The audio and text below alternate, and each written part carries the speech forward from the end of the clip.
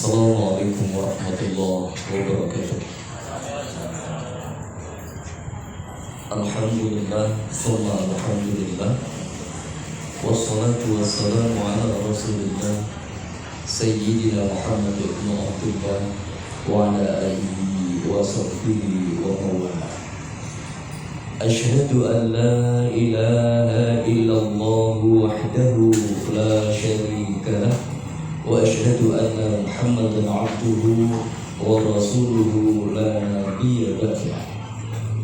Allahumma salli ala Muhammad wa ala ali Muhammad la hawla wa la quwwata illa billah amma ba'd.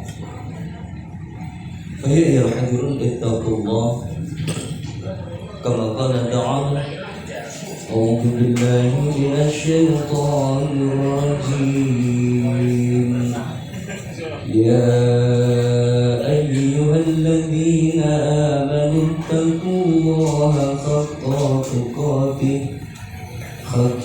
tuqatih wa la tamutunna illa wa antum muslimun.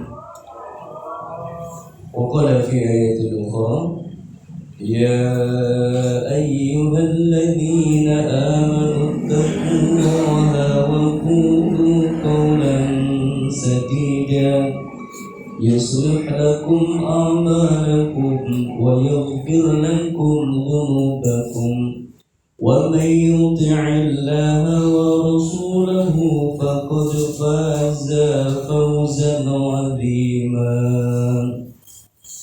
Wa qala nabi ittaqillaha haitsuma kunta wa atbi'is sayyi'ata al-hasanata tamhuha wa khaliqin nasa bi khuluqin hasan. Allahumma la sahla illa ma ja'altahu sahla wa anta taj'alul hazna idza syi'ta sahla. Hadirin sekalian yang dirahmati oleh Allah Subhanahu wa taala, bagaimana kabarnya malam hari ini? Alhamdulillahirabbil alamin. Walaupun yang pertama saya harus mohon maaf dulu karena suara saya serak. Beberapa hari yang lalu batuk, sekarang pun juga masih belum reda. Saya mohon maaf kalau mungkin dalam menyampaikan kurang bisa optimal dalam hal suaranya. Jamaah sekalian yang dirahmati oleh Allah, namun bagaimanapun tetaplah kita bersyukur kalau Allah memberikan kepada kita sedikit musibah, tapi saya yakin banyak sekali kenikmatan yang telah Allah karuniakan kepada kita, dan sungguh menakjubkan kondisi orang yang beriman itu. Apapun yang menimpa pada diri orang beriman itu baik. Apapun yang menimpa pada diri orang beriman itu baik, dan ini tidak berlaku kecuali ada pada diri orang beriman tersebut. Ketika Allah memberikan kepada orang beriman itu musibah, maka orang beriman itu bersabar. Dengan sabarnya itu merupakan kebaikan. Dan ketika Allah mengaruniakan pula, memberikan kepada orang beriman tersebut kenikmatan, maka dia bersyukur. Dengan bersyukurnya itu, ini juga merupakan kebaikan bagi dirinya. Maka sungguh menakjubkan orang yang beriman. Semoga kita termasuk golongan yang seperti ini. Kita bisa bersabar ketika mendapatkan musibah, dan senantiasa bersyukur ketika sedikit pun Allah memberikan kenikmatan, atau yang terlebih ketika Allah memberikan banyak kenikmatan. Dan salah satu bentuk rasa syukur itu atau mungkin kita bersyukur itu kenapa? Kita juga bersyukur karena kita masih bisa bersyukur. Karena bukan perkara yang mudah untuk bisa mensyukuri nikmat Allah. Betapa banyak orang yang mereka mendapatkan berbagai kenikmatan, tetapi untuk mengucapkan hamdalah atau bagaimana dia bersyukur kepada Allah itu sangat susah. Sehingga dikatakan di dalam Al-Quran pun orang yang bersyukur itu cuma sedikit. Kalau hari ini tadi ketika saya bertanya kepada jenengan semua bagaimana kabarnya dan kemudian mengucapkan hamdalah alhamdulillahi rabbil alamin, itu salah satu bentuk syukur kita melalui lisan, yang tentunya sudah diawali dengan qalb kita, hati kita benar-benar menghadirkan rasa syukur itu. Terlebih adalah ketika kita mengungkapkan ataupun mengejawantahkan rasa syukur itu dalam perbuatan kita, anggota tubuh kita, atau hasil dari kenikmatan-kenikmatan itu kita jadikan sebagai energi ketaatan kita kepada Allah Subhanahu wa taala. Allah memberikan kepada kita waktu, alhamdulillah pada kesempatan malam yang berbahagia ini kita waktukan, kita berikan waktu tersebut untuk talabul ilmu. Ya, di dalam hadis disebutkan man salaka thariqan, ya.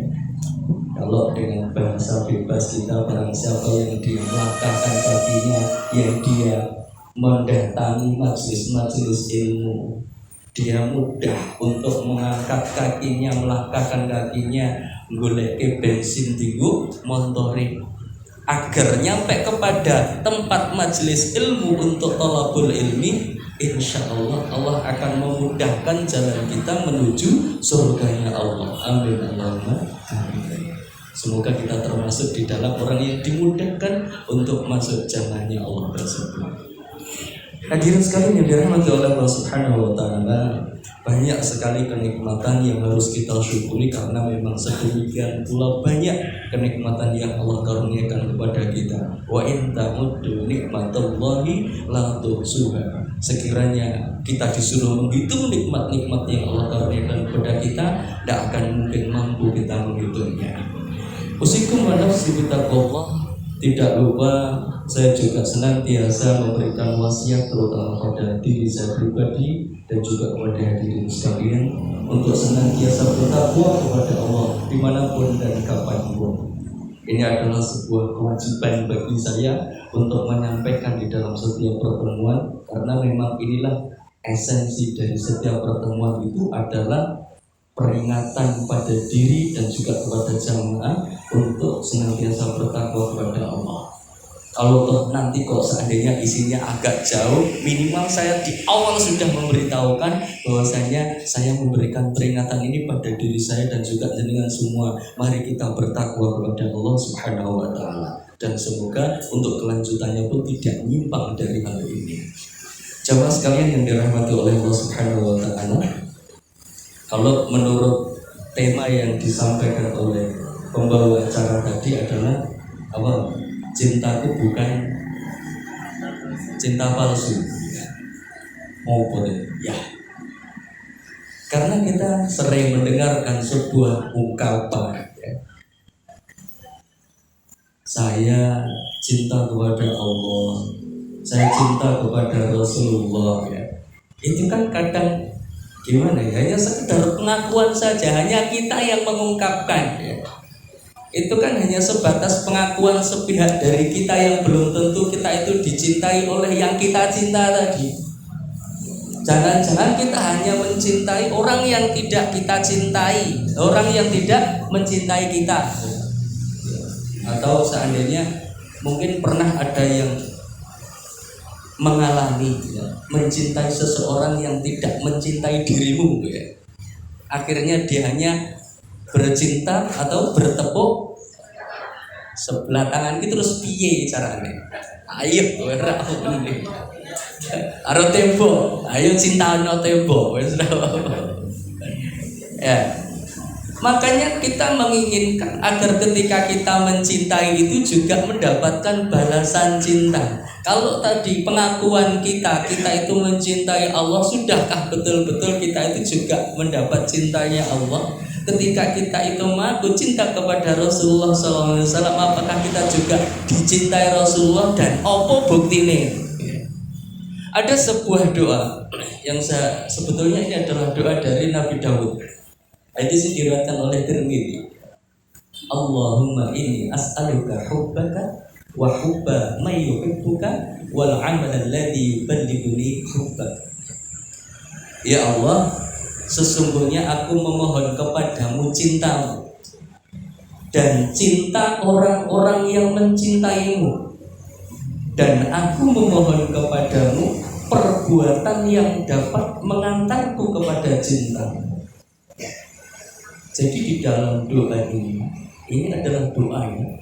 Ini adalah permintaan kepada Allah ya, permintaan kita kepada Allah Subhanahu wa taala.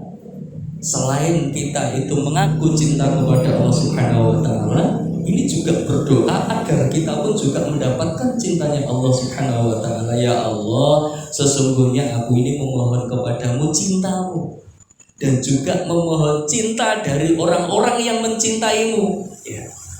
Kalau ada orang yang mengaku cinta kepada Allah, semoga dia juga termasuk mencintai aku ya. Dan juga cintakan aku terhadap amalan-amalan yang bisa menghadirkan cintamu. Kalau seandainya kita seorang yang mengaku beriman ya, kemudian melakukan ketaatan-ketaatan itu kemudian menghadirkan cinta Allah, maka amalan-amalan ketaatan itu semoga Allah karuniakan kepada kita cinta terhadap amalan tersebut. Kalau itu berupa tilawatil Quran, maka cintakan aku terhadap tilawatil Quran ya Allah. Kalau itu berupa sedekah, cintakan aku terhadap sedekah. Cintakan aku terhadap qiyamul lail, cintakan aku terhadap wajah yang sumringah ya. Karena itu juga diantara salah satu sedekah ya. Nek mimange ora duwe duit ya, sedekah dengan senyum kepada saudaranya ya. Hadirin sekalian yang dirahmati Allah Subhanahu wa taala. Jadi ini bagaimana kita itu memohon kepada Allah agar mendapatkan cinta Allah ya. Tetapi ada juga agar kita mendapatkan cinta dari Allah. Kalau menurut di dalam surah Ali Imran ayat yang ke-31, A'udzu billahi minasyaitonir rajim. Qul in kuntum tuhibbunallaha fattabi'uni. Qul in kuntum tuhibbunallaha fattabi'uni yuhibbukumullah wa yaghfir lakum dzunubakum wallahu ghafurur rahim. Allahumma arhamna bil Quran. Mohon maaf masih serak juga. Kul in kuntum tuhibbunallah. Kul, katakanlah wahai Muhammad. Ini adalah firman Allah yang disampaikan kepada Kanjeng Nabi Muhammad sallallahu alaihi wasallam ya. Ini agar Kanjeng Nabi menyampaikan kepada umatnya ya. Agar Kanjeng Nabi itu mengatakan, jika kamu mencintai Allah, kalau agar kita itu ya bentuk cinta kita kepada Allah, fattabi'uni, maka ikutilah aku, ikutilah Nabi Muhammad gitu. Niscaya Allah akan mencintaimu dan mengampuni dosa-dosamu. Allah Maha Pengampun dan juga Maha Penyayang. Masya Allah, ini luar biasa. Di dalam sebuah tafsir yang ditulis oleh seorang ahli tafsir bernama Ibnu Katsir, Imam Ibnu Katsir, beliau menafsirkan ayat ini dengan berkata, ayat yang mulia ini merupakan hakim. Ayat yang mulia ini merupakan pemutus perkara bagi setiap orang yang mengaku cinta kepada Allah. Ayat yang mulia ini sebagai hakim, sebagai pemutus perkara bagi orang yang tadi mengaku kepada Allah Subhanahu wa taala ya. Akan tetapi dia tidak mengikuti jalan ataupun sunnah Rasulullah SAW, maka dia itu adalah orang yang berdusta dalam pengakuan tersebut dalam masalah ini. Jadi cintanya cinta palsu tapi cintanya cinta palsu, hanya dusta saja. Sampai dia mau mengikuti syariat dan agama yang dibawa oleh Nabi Muhammad SAW dalam semua ucapan, dalam semua perbuatan, dan dalam segala keadaan. Jadi agar cinta kita tidak termasuk cinta palsu belaka, bukan sekedar cinta dusta, maka sebagaimana yang disampaikan oleh Ibnu Katsir ini, Imam Ibnu Katsir di dalam tafsirnya tadi, agar kita itu mau mengikuti syariat atau agama yang dibawa oleh Kanjeng Nabi Muhammad SAW dalam semua ucapan, perbuatan, atau dalam segala keadaan. Tadi kul in kuntum tuhibbunallah, ya. Allah memberikan perintah kepada Kanjeng Nabi, jika kalian itu mencintai Allah, ikutilah aku. Maka disuruh untuk mengikuti Rasulullah Sallallahu Alaihi Wasallam. Yuhibbukumullah. Yang pertama, ketika kita sudah mengikuti Kanjeng Nabi, maka otomatis akan mendapatkan cintanya Allah. Yuhibbukumullah, akan mendapatkan cintanya Allah. Selain kita tadi berdoa kepada Allah memohon cinta, tapi ternyata untuk mendapatkan cintanya Allah dengan cara mengikuti apa yang dibawa oleh Kanjeng Nabi Muhammad SAW.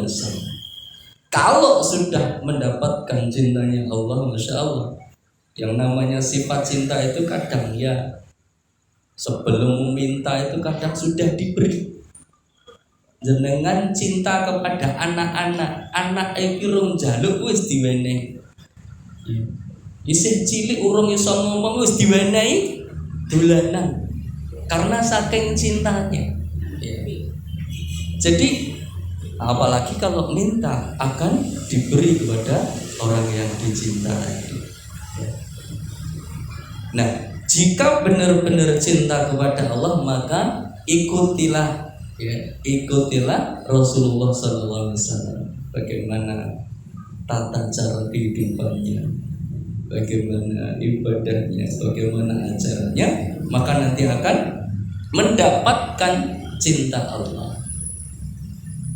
Dan ketika itu, setelah mengikuti apa yang dibawa oleh Kanjeng Nabi, mendapatkan cinta Allah, dia juga akan mendapatkan ampunan dari Allah. Masya Allah.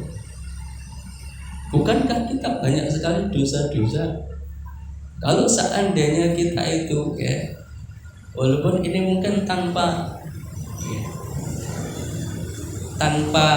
memohon ampun, tanpa istighfar misalkan, tapi dengan mengikuti apa yang disampaikan oleh Kanjeng Nabi langsung mendapatkan ampunan dosa.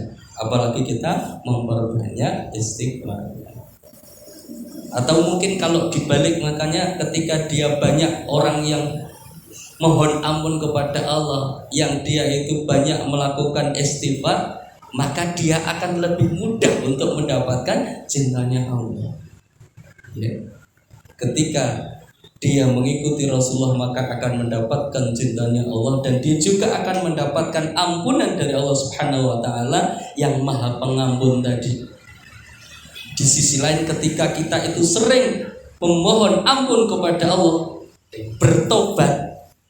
Karena ketika kita adalah manusia yang sering banyak melakukan kesalahan, al-insanu ma'al khata'un nisyan, dan ketika kita salah, segera untuk mohon ampun kepada Allah. Ketika kita berdosa, bersegera untuk memohon ampun kepada Allah. Wasari'u ila magfiratin mir rabbikum, ya, di dalam surah Ali Imran 133 itu kan.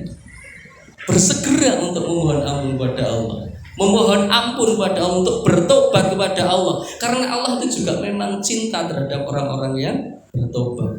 Ya. Wallahu yuhibbut tawwabina wa yuhibbul mutatahhirin. Di dalam Al-Qur'an 2:22, surah yang kedua ayat 222. Hafalannya gampang, nanti bisa dibuka. Orang yang dicintai oleh Allah itu adalah orang yang suka bertobat. Surah yang kedua ayat 222.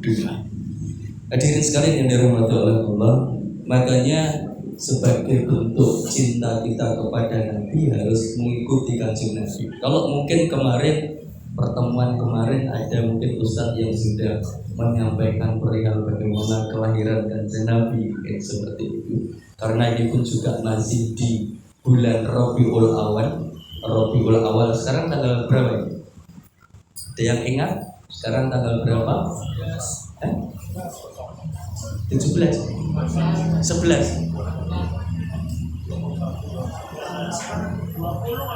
21 sudah malam 21. Masya Allah. Alhamdulillah kemarin saya diberikan rezeki oleh Allah tanggal 7 Oktober itu bertepatan tanggal 11 Rabiul Awal. Saya ikut menghadiri Jumatan di Masjid Nabawi. Dan Masya Allah, ketika itu memang yang disampaikan ya juga memperingati ya mungkin semacam Maulid Nabi gitu. Karena memang walaupun saya tidak begitu paham banget masalah bahasa Arab gitu ya, tapi kan ketika yang disampaikan hadisnya ini, kemudian ayatnya ini, kemudian disampaikan apa meneh kalau orang sana kan kalau ngomong bahasa Arab kan cepet banget. Ya aku yang krungu tapi sing dirungokke iki yo melewat. Apa meneh aku di belakang, tapi walaupun di belakang sendiri saya itu agak telat. Sayangnya saya agak telat karena ini kan sudah 2 tahun pandemi ini ditutup ya.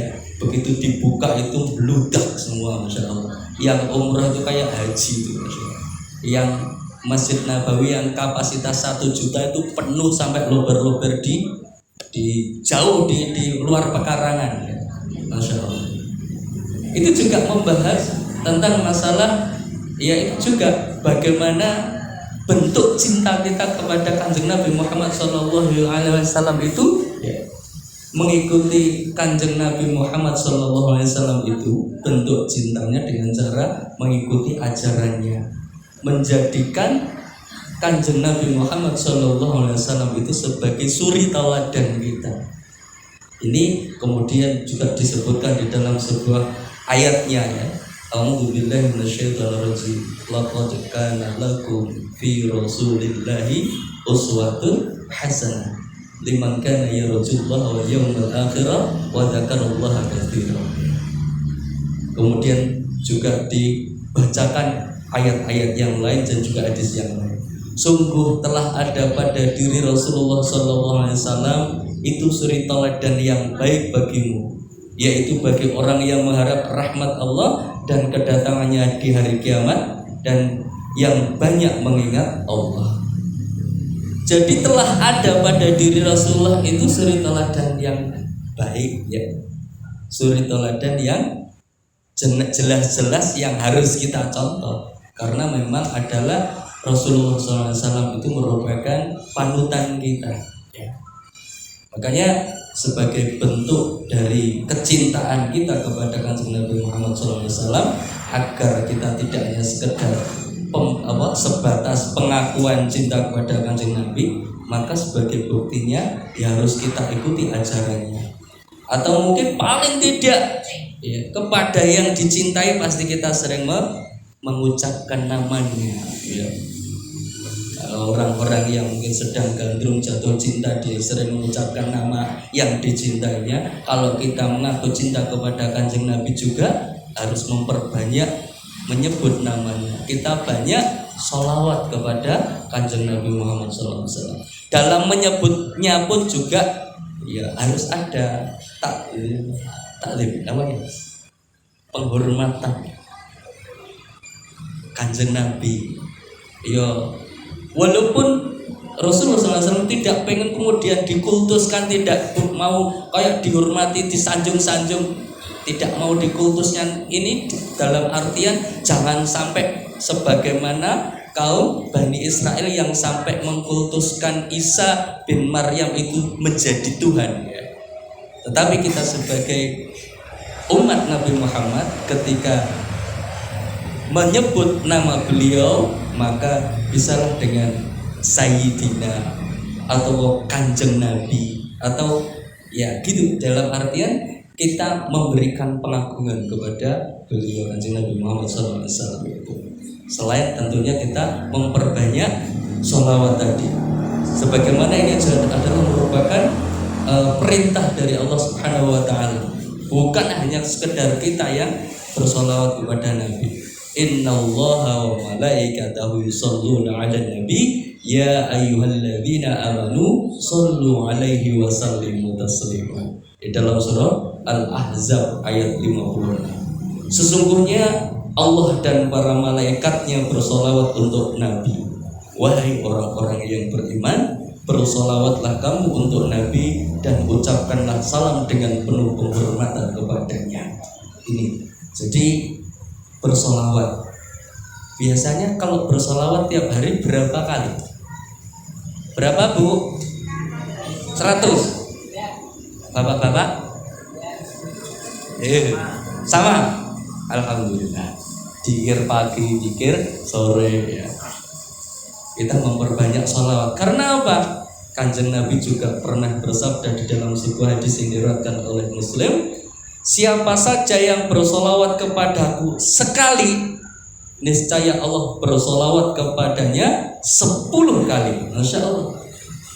Orang cetil kaya awake dhewe nek diwenehi siji ya balekne siji. Ndak, kalau Allah Subhanahu Wa Taala ya. Ketika kita bersolawat kepada Nabi, maka Allah malah membalas kepada kita 10 solawat kepada kita. Masya Allah. Ini harus kita perbanyak, dan dengan kita banyak bersolawat yang jelas, Masya Allah ya. Ini luar biasa. Fadilah solawat misalnya. Hadirin sekalian yang dirahmati oleh Allah Subhanahu Wa Taala, bahkan dengan kita mengikuti ajaran Kanjeng Nabi Muhammad SAW ini akan menjadikan kita terselamatkan, tidak tersesat. Sebagaimana Rasulullah juga pernah bersabda di dalam sebuah hadis ya, yang diriwayatkan oleh Malik dan juga Al-Hakim, taraktu fikum amrayni lan tadillu ma tasaktum bihima kitaballah wa sunnati Rasulillah. Aku telah tinggalkan kepada kamu 2 perkara. Kamu tidak akan sesat selama berpegang kepada keduanya, yakni kitab Allah, yakni Al-Quran, wa sunnati, dan juga sunnah-sunnah Rasulullah SAW. Ya, jadi kembali tadi, laqad kana lakum fi Rasulillahi uswatun hasanah. Ya, telah ada pada diri Rasulullah suri teladan yang baik. Ya, ketika kita berbicara masalah sunnah ya, bagaimana kaulnya ya. Karena kalau sunnah kan ada yang sunnah fi'liyah, qauliyah, takririyah itu. Atau ada yang mengatakan sunnah itu kan dilakoni untuk pahala, nek dilakoni kan ya ora apa-apa. Kalau sunnah itu kan kalau dilakukan kita mendapatkan pahala, kalau tidak dilakukan ya tidak apa-apa. Iya benar kalau secara fikihnya seperti itu. Tetapi awas, jangan sampai kita meremehkan sunnah. Ketika kita sampai meremehkan sunnah, hati-hati. Ketika kita sudah meremehkan sunnah dan sudah terbiasa seperti itu, bisa-bisa nanti akan meremehkan hal yang wajib. Ketika dia sudah meremehkan hal-hal yang wajib, maka dia akan lebih mudah melakukan hal-hal yang haram. Ketika dia sudah terbiasa melakukan hal-hal yang diharamkan, yang itu berbuah dosa, naudzubillah, ya, ini akan parah, naudzubillah, naudzubillah. Dan kita jangan seperti itu. Makanya rugi kalau seandainya kalau yang wajib ya pasti namanya sebuah kewajiban. Sunnah kalau tidak dilakoni eman-eman kalau kita tinggalkan ya. Ini sebagai apa? Sebagai tambal kewajiban-kewajiban, sebagaimana sholat wajib kita kadang yang masih banyak bolongnya. Dalam artian bolong mungkin ketika sholat ya. Kalau pernah saya sampaikan di dalam sebuah hadis itu kan, ketika kita sholat itu akan mendapatkan pahala diri sholat kita, atau mungkin kekhusukan kita di dalam sholat itu hanya mendapatkan, ada yang mendapatkan 1/10, 1/9, 1/8, 1/7, 1/6, 1/5, 1/4, 1/3, atau hanya 1/2 saja, setengah saja. Ya. Jarang yang bisa sampai 100%. Karena itu hadisnya seperti itu. Hadis diriwayatkan oleh Ahmad insyaallah. Jadi ya, kalau yang masih banyak bolongnya tadi dengan kita banyak melakukan ibadah-ibadah sunnah, saum sunnah, sholat sunnah, dan juga amalan-amalan sunnah yang lain, maka nanti akan tertutupi ya yang masih bolong-bolong tersebut. Ini berlaku ketika kelak nanti di akhirat. Nilai-nilai yang bolong tadi, amalan-amalan sunnah itu bisa menambal yang bolong-bolong tadi. Hadirin sekalian yang dirahmati Allah, jadi kita sebagai umat Kanjeng Nabi Muhammad SAW sebagai bentuk cintanya adalah mengikuti jalan hidupnya ya. Bagaimana tata cara makannya, kalau makannya pakai tangan kanan, minumnya seperti apa, bagaimana tata cara kalau mau ke kamar mandi, ada tata cara tersendiri, bagaimana tidurnya, bagaimana ibadahnya, bagaimana kalau mau tidur, bagaimana kalau bapak dan ibu berkumpul, ada tata caranya. Ini ada apa? Ajaran dari Kanjeng Nabi Muhammad SAW. Tidak sembarangan, asal gabrus, tidak seperti itu. Atau juga perihal-perihal yang lain, bagaimana dengan memperlakukan tetangga, bagaimana memperlakukan tamu, bagaimana. Adalah Rasulullah SAW. Dia seorang Amirul Mukminin, dia seorang pemimpin umat Islam, dia seorang panglima perang ya. Karena berapa kali Rasulullah SAW memimpin peperangan ya. Namun ketika dia itu sebagai seorang panglima, dia sebagai seorang pemimpin umat Islam ya, seluruh umat Islam, ketika itu pun ketika masuk ke dalam rumah, maka dia akan menjadi seorang laki-laki, seorang suami, atau dia menjadi seorang ayah ya. Maka ketika itu ditanya ya, bagaimana perihal Rasulullah sang pemimpin tadi, ketika ditanya bagaimana Rasulullah itu, maka Aisyah menjawab ya, Bunda Aisyah menjawab, dia membantu pekerjaan rumah tangga, dia membantu pekerjaan istrinya ya, mungkin kadang memerah susu juga, kadang juga menjahit bajunya ya. Yang kalau mungkin menurut kita itu kan pekerjaan istri, kadang seperti itu.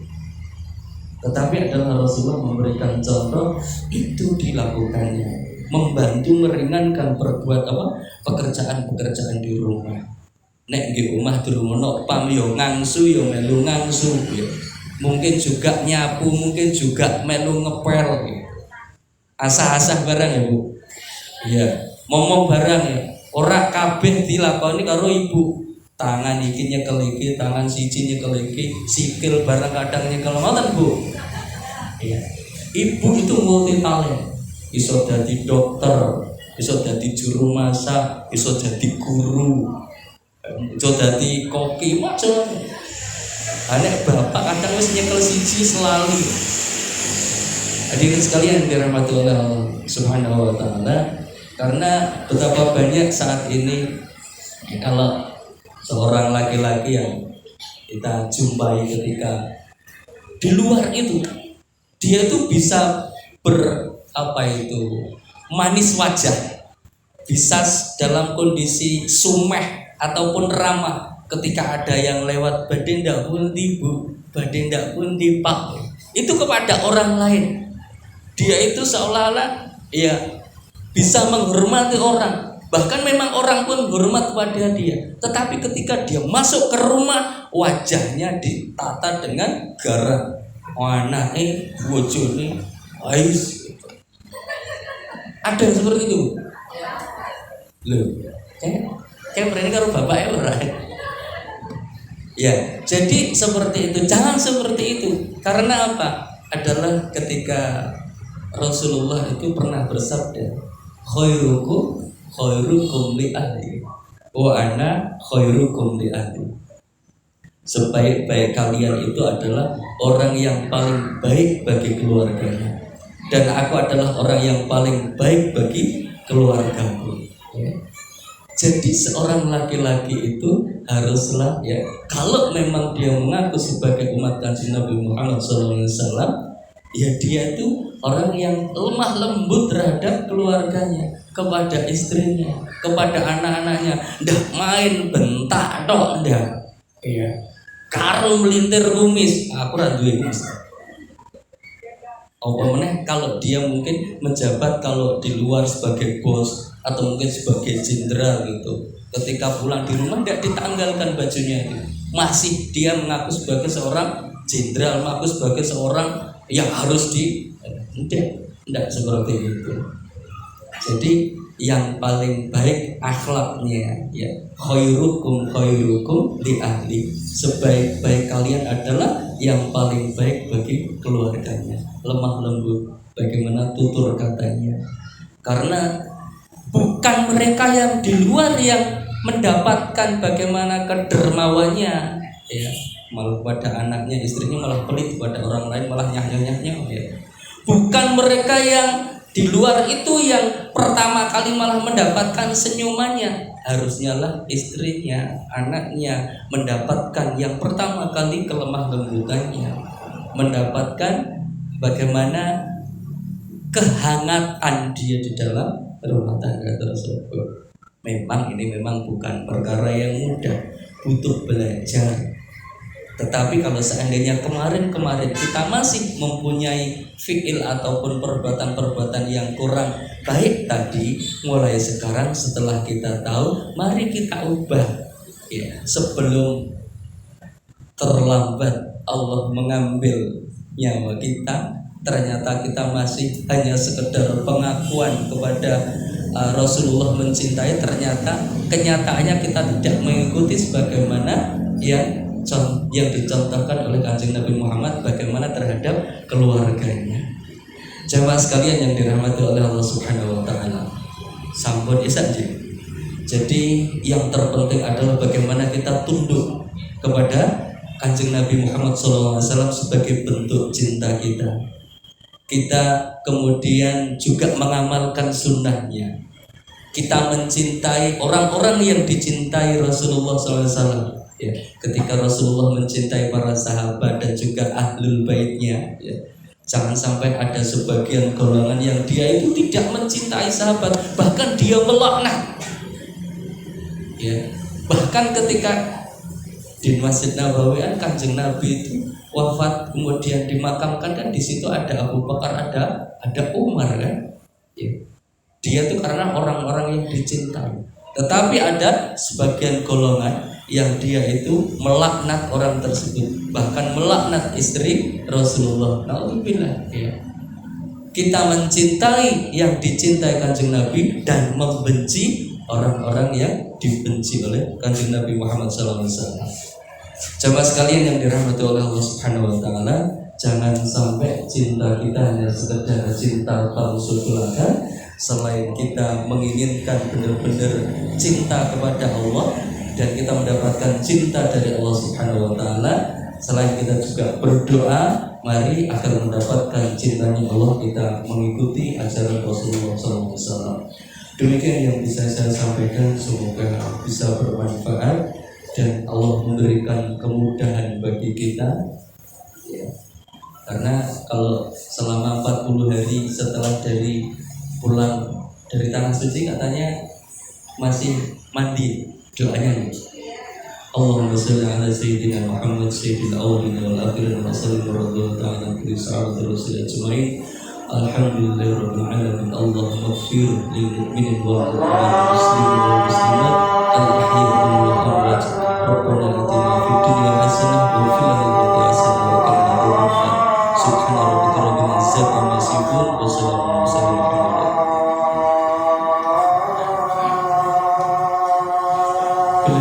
Assalamualaikum warahmatullahi wabarakatuh.